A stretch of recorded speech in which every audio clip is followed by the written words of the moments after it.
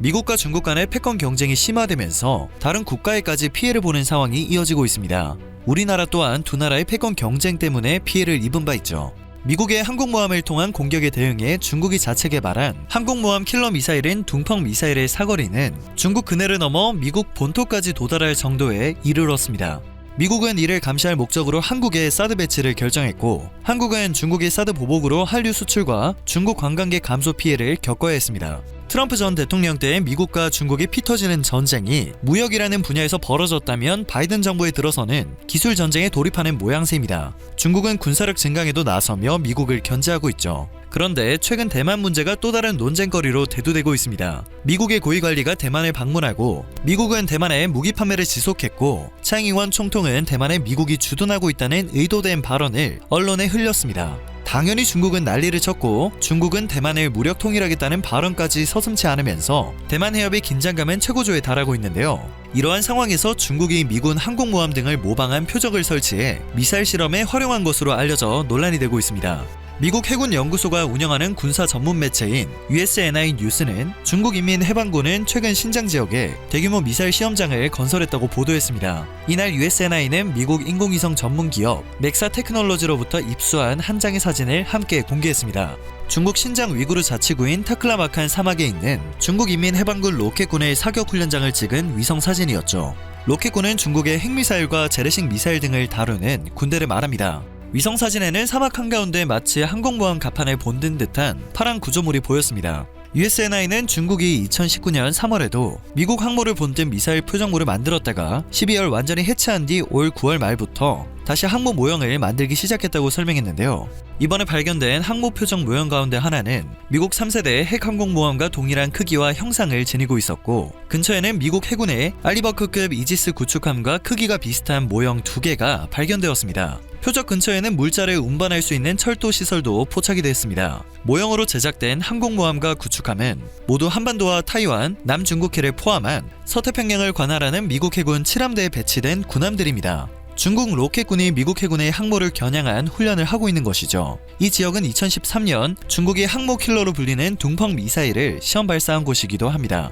USNI는 중국이 최근 대함 탄도미사일인 DF-26의 실전 훈련을 최근 남중국해 일대에서 했다면서 해당 미사일은 재래식 탄두는 물론 핵탄두 탑재가 가능하다고 덧붙였습니다. 미국 싱크탱크인 전략국제문제연구소 산하 사이트인 미사일스렛에 따르면 도로 이동식 2단 고체 연료 사용 탄도미사일인 DF-26은 사거리 4,000km의 중거리 탄도미사일인데요.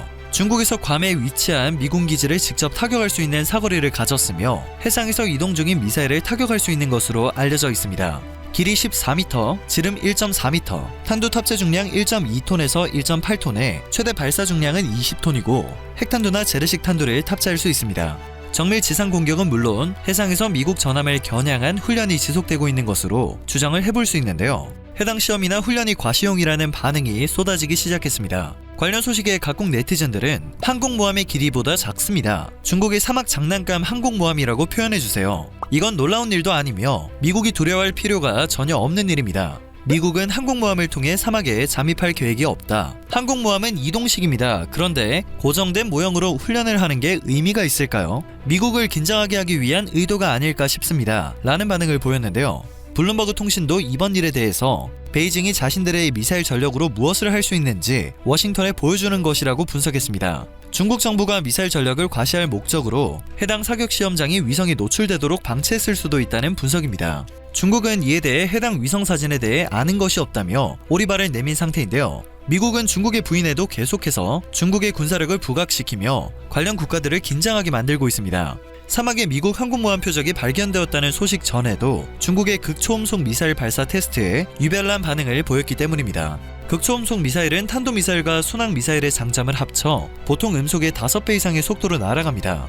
빠른 속도는 물론이고 포물선 궤도를 그리며 목표를 향하는 탄도미사일과는 달리 원하는 방향으로 기동할 수 있어 차세대 무기로 여겨지고 있습니다. 기존 방어체계로 요격이 쉽지 않기 때문에 전쟁 판도를 바꿀 수 있는 게임 체인저로 불리기도 하죠. 중국이 이 미사일을 시험 발사하자 미국이 해당 소식을 크게 부각시키는 모습을 보인 거죠. 당연한 반응인데 왜 미국의 반응에는 유별나다는 말이 붙은 걸까 의문이 생기는 부분인데요. 이런 표현이 붙은 건 중국 극초음속 미사일 발사 테스트의 결과 때문인 것으로 보입니다.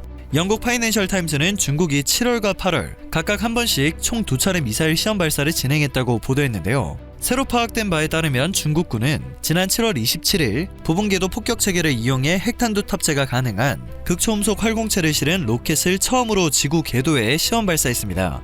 이어 8월 13일에 2차 시험을 진행한 것으로 앞서 중국이 지난 8월 비밀리에 극초음속 미사일을 시험 발사했다고 한 FT 보도보다 더 이른 시점에 발사가 있었던 셈입니다. 중국은 이 보도 역시 부인했습니다. 대륙간 탄도미사일 ICBM은 대기권 밖까지 나갔다가 지상에 고정된 목표를 타격하지만 대부분의 극초음속 미사일은 비행기처럼 낮은 고도를 날다가 눈 깜짝할 사이에 지상 또는 바다 위의 목표물을 공격합니다. 속도가 워낙 빨라 지금의 기술로는 요격이 어렵고 원격 조정으로 궤도를 변경할 수 있어 목표물이 무엇인지 파악하기도 어려운데요.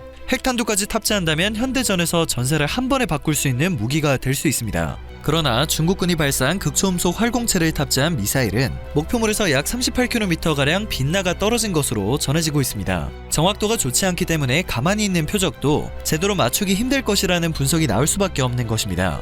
또한 극초음속 미사일은 러시아가 현재 세계 주요국 가운데 가장 앞선 것으로 평가되며 뒤늦게 뛰어든 미국도 지난달 극초음속 무기 시험에 성공했습니다. 이 밖에 영국과 프랑스, 인도, 브라질 등도 미사일 방어 체계를 무력화시킬 극초음속 미사일 개발을 서두르고 있죠. 표적도 제대로 맞추지 못한 중국에 대해 미국이 과장되고 유별난 반응을 보이는 첫 번째 이유로는 실패를 거듭하다 보면 성공에 이르게 될 것이라는 점입니다. 수준이 떨어진다고 하더라도 발전을 할 수 있으니 시도를 한 것 자체에 의미를 두는 거죠. 두 번째는 중국의 군사력 증강을 선제적으로 차단하기 위한 것입니다. 일종의 심리전이라고 생각해 볼 수도 있겠는데요. 최근 중국은 대만에 대한 군사적 압박 수위를 높이고 있습니다. 만약 중국이 대만을 통합한다면 한국과 일본 등 아시아 안보 정세를 해치는 것은 물론이고 중국이 서태평양으로 진출해 전력을 강화할 수 있는 중요한 사건이 될 수 있습니다. 중국이 이렇게 국제 정세를 어지럽히고 있으니 미국은 중국의 군사력 증강을 부각시키며 다른 국가들에게 중국을 대상으로 한 경계를 강화하라는 신호를 주고 있는 것입니다. 실제로 전문가들의 의견을 인용한 일부 언론 보도를 통해서는 중국의 군사력이 굉장히 부풀려져 있다는 것을 확인할 수 있었습니다.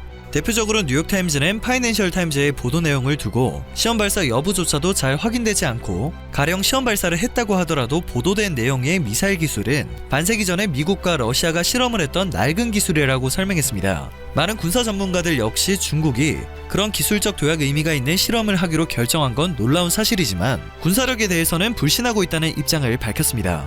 우선 전세계 우주 발사를 추적해온 조나단 맥도웰 하버드대 천문학자는 신뢰할 만한 소스로부터 확인할 수 있는 내용이 없다면서 지구 궤도상에서 일어난 일을 관찰하는 미군이 지난 8월 중국이 무기 실험을 했다는 내용과 일치하는 보고를 한 적이 없다고 지적하며 의문을 표했습니다. MIT 대학교 물리학자 데이비드 라이트는 중국 미사일 실험에 대한 묘사가 과장됐다면서 우주에 물체를 보낼 수 있는 나라는 모두 실행할 수 있는 기술이라고 말하고 중국의 우주기술 수준을 감안할 때 이 같은 실험을 한 것을 두고 놀랄 일은 분명히 아니라고 강조했습니다.